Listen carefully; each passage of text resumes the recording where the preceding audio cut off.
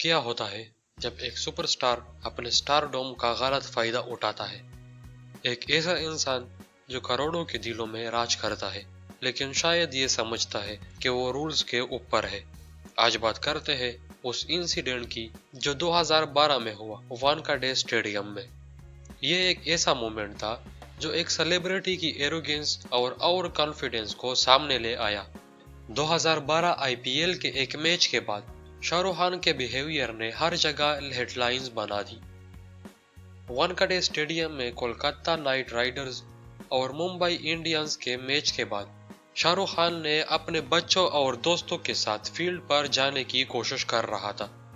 Stadium के security guards ने उन्हें रोका क्योंकि फील्ड पर सिर्फ प्लेयर्स और ऑफिशियल की एंट्री अलाउड थी। लेकिन रूल्स मानने के बावजूद शाहरुख खान ने गुस्से से रिएक्ट किया। उन्होंने सिक्योरिटी गार्ड को वर्बली अब्यूज किया और इलीजिटली उन्हें पुश कर दिया। विटनेसेस के मुताबिक वो काफी एग्रेसिव और एब्यूसिव हो गए थे और कुछ लोगों ने यह भी कहा कि वो शायद शराब पिए हुआ था। इस कंट्रोवर्सी के बाद शाहरुख खान ने अपना वर्जन दिया। So he said something which was, I think in today's time and age in our country, it is something that should not be spoken. I think it was completely correct on my part to stand there and let them know that they can't just physically push anyone out of there. छोटे से साहब जो ऐनक पहने हुए थे, तो वो बहुत बदतमीजी से गालियां दे रहे थे। उनका कहना था कि वो सिर्फ अपने बच्चों और उनके दोस्तों को प्रोटेक्ट कर रहे थे। उन्होंने एक्यूज किया कि एक सिक्योरिटी गार्ड ने उनके ग्रुप के साथ बदतमीजी की और एक बच्चे को पुश किया। अपने बिहेवियर को डिफेंड करते हुए उन्होंने कहा कि उनका रिएक्शन जस्टिफाइड था और वो सिर्फ एक प्रोटेक्टिव फादर की तरह रिएक्ट कर रहे थे। वो डिनाई करते रहे कि उन्होंने रूल्स ब्रेक किए और ये भी माना कि वो ड्रंक नहीं थे। लेकिन क्या एक फादर के प्रोटेक्टिव इंस्टिंक्ट को ऐसे पब्लिक सेटिंग में गुस्से में कन्वर्ट करना चाहिए था? मुंबई क्रिकेट एसोसिएशन के ऑफिशियल ने ये डिसीजन लिया कि शाहरुख खान का बिहेवियर अनएक्सेप्टेबल था। एमसीए के प्रेसिडेंट ने उनका स्टेडियम में आने पर 5 साल का बैन लगा दिया। उन्होंने कहा कि यह डिसीजन डिसिप्लिन को मेंटेन करने के लिए लिया गया था। उन्होंने यह भी कहा कि एक पब्लिक फिगर होने के नतीजे में आपके एक्शन का असर सोसाइटी पर होता है और उनका यह बिहेवियर बहुत ही गलत एग्जाम्पल सेट कर रहा था। ये इंसिडेंट मीडिया में हर जगह छा गया। एक तरफ सुपरस्टार के फैन उनके सपोर्ट में आ गए। फैन का कहना था कि वो सिर्फ अपने बच्चों को प्रोटेक्ट कर रहे थे और उनका रिएक्शन नेचुरल था। दूसरी तरफ क्रिटिक्स ने उन्हें एरोगेंट और सेल्फ सेंटर्ड लेबल किया। सोशल मीडिया पर इस कंट्रोवर्सी पर मिक्स्ड रिएक्शन आए। कई लोगों का कहना था कि एक सेलिब्रिटी होने का मतलब ये नहीं कि आप रूल्स तोड़ सकते हैं। एक सिक्योरिटी गार्ड अपनी ड्यूटी कर रहा था और उसके साथ बदतमीजी करना किसी भी तरह से सही नहीं था। एक और एलिगेशन जो सामने आया वो था कि ये सुपरस्टार इलीजिटली ड्रंक थे।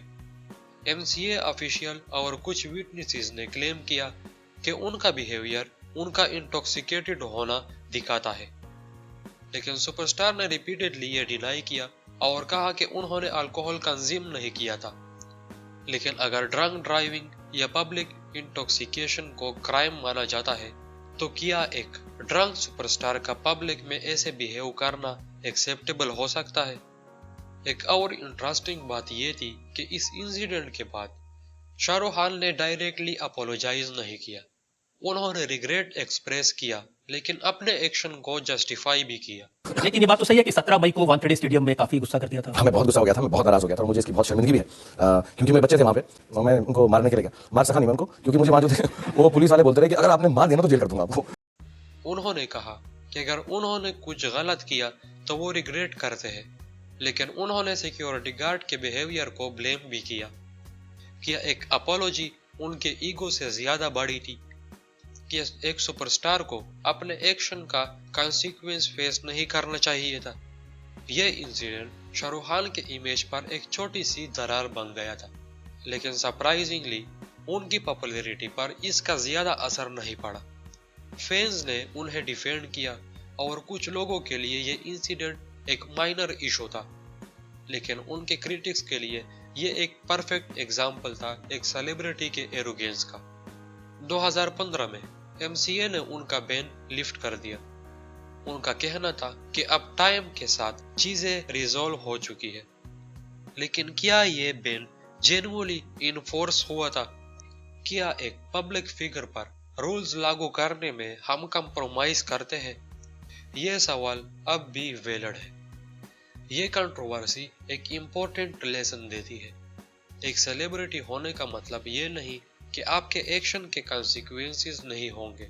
अगर एक इंसान जो पब्लिक का रोल मॉडल है वो रूल्स तोड़ता है और अथॉरिटी को अंडरमाइन करता है, वो किस तरह से अपनी रिस्पॉन्सिबिलिटी निभाएगा?